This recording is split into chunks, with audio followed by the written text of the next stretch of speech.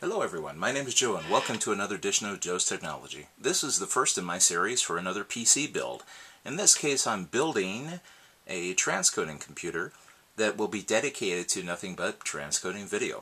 And for that I selected a B85M DS3H motherboard, and it's going to be running an Intel Pentium G3258 processor. I'm just going to run it at stock.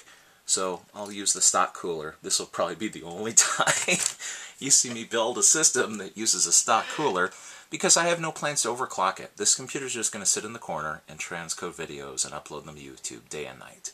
And it's going to be set up with a whole lot of hard drives. So let's get started. Let's see. I didn't bother to do another unboxing video for this one because I've done one for this exact type of motherboard once before. So I just kind of recycled that unboxing video. So this is the first time this motherboard's been unboxed, because I already had an unboxing video for the other one. Remember that when you set up to put one of these units together, static is always a danger. So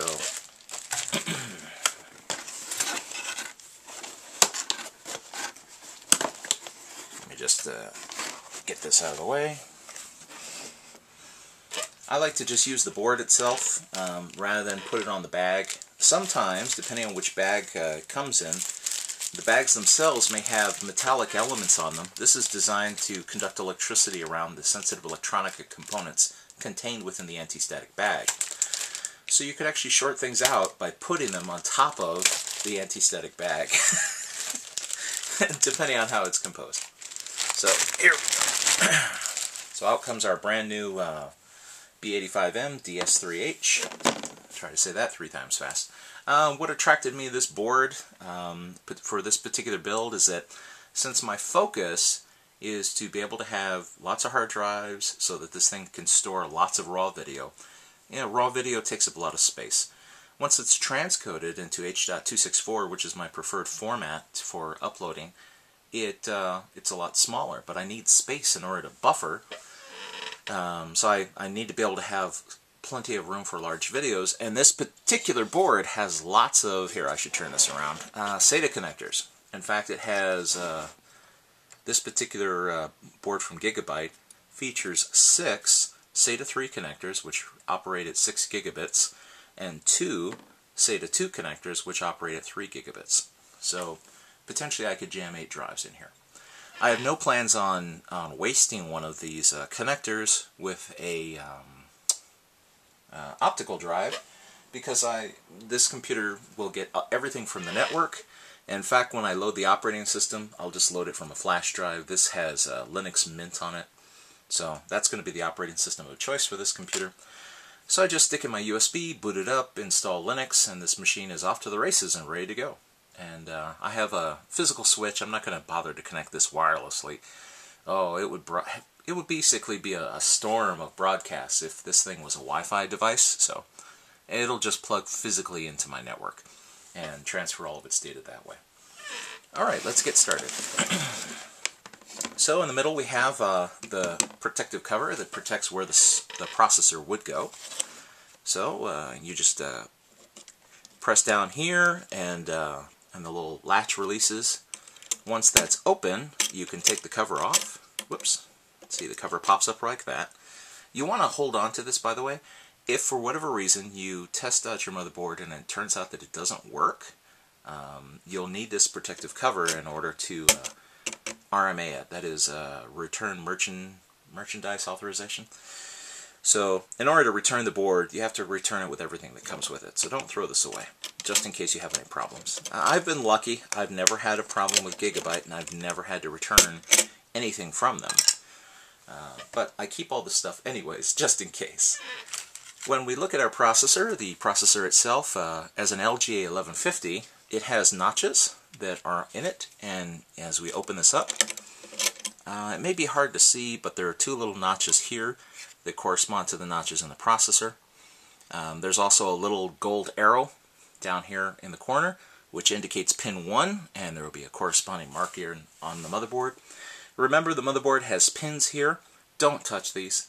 If they get bent, you're going to find that it's very difficult to get your processor in there. and running. They all have to be sticking straight up, but generally replacing a motherboard is easier than replacing a CPU. So that's the nice thing about the LGA standard is that it puts all the risk on the motherboard. You know, as long as you don't tear the CPU up, it should be good. Alright, here, let's pop it off. Again, remember, static is a real danger, so be careful when you open this. So here we've got a little tab here. Don't touch the bottom of the processor. Your body oils can coat the pen pads there, so that would be a very bad thing. Again, remember you've got your notches, and then you've got your pin 1 down here in the lower left. So the processor should simply drop into place and be ready to go. If you have to force this for whatever reason, you've done it wrong. So as you can see, I just dropped it on there, and it's not going anywhere because it fell right into the little holes that it's supposed to, and it's ready for me to lock it down. So you just put the cover right back over. Now you'll notice this screw here on the motherboard. This will actually go underneath it, and it helps with the tension. It's designed so that as you push it forward, the screw puts on more tension. This could groan a little bit. Don't worry, you're not breaking it. It's actually designed to take a whole lot of tension. So here we go. There we go. And it clips right on just like that. Now, it takes a fair amount of force in order to do that. And the first time you do it, you're like, oh, am I breaking it? You know, the board might seem to flex a little bit, and don't worry. Just push it down and lock it underneath there. And that clip slides underneath a little metal piece in order to lock it in place. Alright, the next step is, let's see, where are they? Ah, here they are. To install our memory. So, oh, you know what? And I had just put my pocket knife away. So here, let me get it out.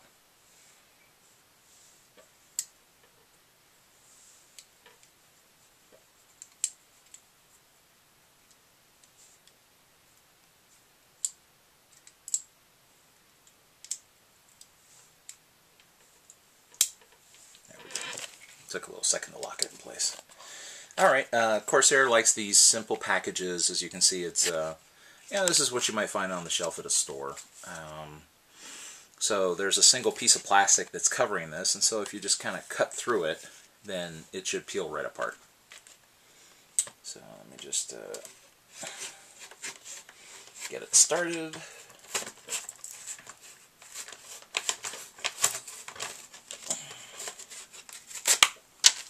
There we go. So I just sliced off the top. And you should be able to open it right up and get at the chips inside. Whoops. Oh, that was just the outer part. There we go.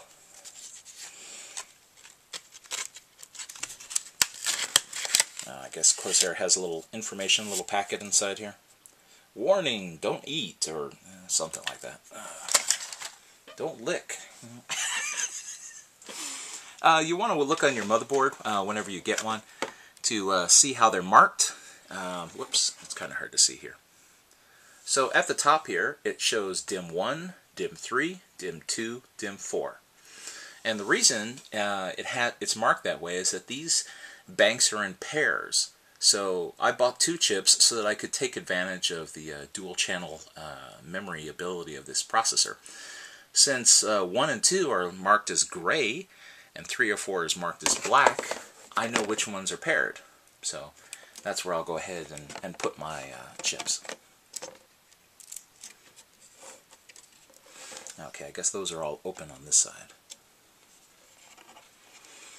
Alright, so once you have the these little tensors on the sides open up, you should be able to put your processor, or I mean, what am I saying? DIMMs, your dynamic memory modules into place. They're key, they only go one way.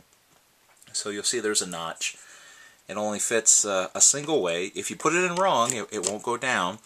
And you'll see a notch in the little memory banks here that corresponds to the notch on that on the DIMM itself. So you just press down and okay, you hear the click, and there's a corresponding click over there. So now that memory chip is seated. And we'll do the same here with this one. Just got to line it up. And presto. Alright, so now we have both memory chips on there, and they're firmly in there, so this should keep them in there for a good long time. Now, depending on how you store your computers, and I actually ran into this as a problem the other day. A friend called me in a panic and said she had a computer, it's been in storage for a long time, she turned it on, and all it did was give her 4 beeps. It turns out that you know, these computers have what's called a power on self-test, and they will have error codes that they will give you that indicates why they couldn't power up, because the computer will wake up and it will check all of its components to see if they're operational and ready to go before it boots. And so your manual that is included with your motherboard will indicate what those beep codes are. In the case of her computer, 4 beeps turned out to be a memory problem. And all it was is that the machine had been sitting in storage for so long, and over time, you know, the heat, the cold, the heat, the cold, the thing had just worked its way up out of there where it was supposed to be. And so, you know, if you got one of those, you would just take them out, you know, take some compressed air, blow out the memory module socket, snap it back in, and it was ready to go back to work. So it's possible for them to work themselves out.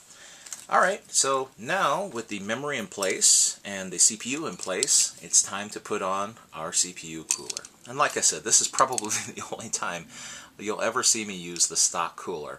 This is the cooler that actually comes in the box from Intel, hence the Intel logo, with the processor itself. It's an okay cooler. As you can see, it's designed to have lots of surface area. It has the thermal paste pre-applied on the bottom. That's what you see in the middle. So don't touch that, because you'll introduce body oil.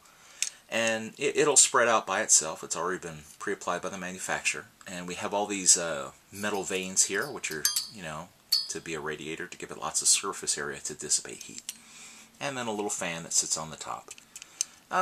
It's okay, you know, as long as you're not doing anything crazy with your computer. You can get away with using the stock cooler. However, if you live in a place where it's very warm, or maybe you can't afford the best air conditioner, you know, there are some parts of the country that use evaporative air conditioning. Some people will call those swamp coolers. And they don't cool nearly as well as, say, refrigerated air does. In the summertime, you know, people living in places like that that have those types of cooling setups, you're probably going to want to get an aftermarket cooler. Something with a higher amount of efficiency to balance out for the fact that your room may not be as cool as it probably should be. Alright, the good thing is that installing these is much, much easier than installing one of the aftermarket ones, because they normally come with like a metal plate that goes on the back of the motherboard. These have little plastic feet that simply snap into place and are held in by tension on the motherboard. Whoops. This camera doesn't, unfortunately, focus that well on near objects, so I can't get too close. But it's just got little plastic feet that will go into the holes on the LG 1150 board. Now, as you can see, we have a power cable which is wrapped all the way around. The important thing is to make sure that cable is nowhere near the fan. You don't want anything to constrict the fan's ability to rotate. So what I like to do is I'll just take the cable off, because having that cable go around the side there is just a hazard. If this fan stops for any reason, your processor could melt before you realize that this has happened. This is also where zip ties come in handy. So if your vendor has included zip ties here, I'm going to just put the cable around here so that, well, maybe that's not a good spot. I'll take it off completely. It takes a little doing in order to get that cable out of there, but you don't want it anywhere near where this fan is spinning, otherwise you could end up with problems. Okay, so it's been a long, long time since I put one of these on. So let's see. If I recall correctly, they press straight into the board, and then you will twist these in order to, in fact, here, let's give it a try before we actually put it on the board. And it looks like they've keyed it. They even have an arrow showing which way they turn. So if you wanted to, you could use a flathead screwdriver. And so this turns and creates tension to, matter of fact, let's see if we're able to see it. It's hard to tell. But anyways, you turn it in order to pop it into place there, and then it should stay. So let's see. Just make sure it lines up correctly. Alright, so they're all in place. It was that easy. Now we have to just lock them into place. And you'll feel it. Ooh, wow, maybe I will have to get the flathead out. Alright, to get it on there.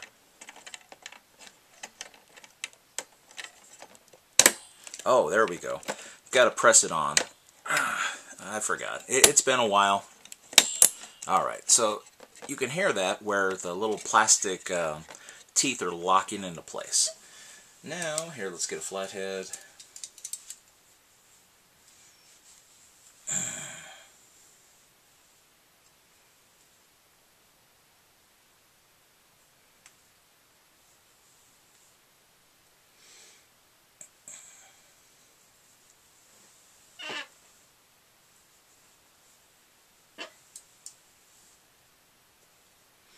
Sorry about the wait, guys. Rather than have an actual flathead screwdriver handy, I'm using something that's modular. So I just had to get it into place. Pardon me. And again, you just want to go ahead and follow what you see, the arrow. The arrow indicates that we turn these, and so here, let's just give it a turn, and it's locked into place. And just do the same for each one, and installing our processor fan is really that easy.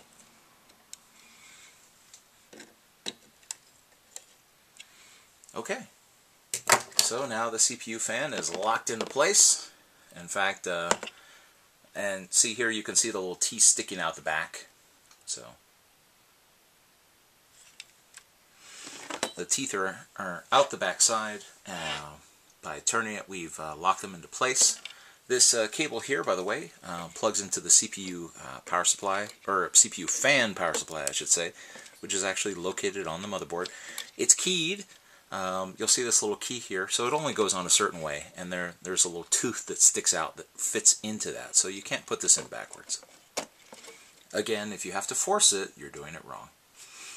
Alright, with this excess cable here, you can, some people like to, you know what, in fact, that's probably a bit of good advice. One thing I saw another person do, and I've never actually tried this myself, but it won't hurt, because we're not relying on this for data, is you can just kind of tie this in a knot.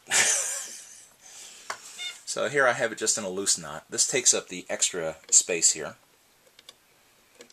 I wish I could take credit for that idea, but I saw someone else do that once.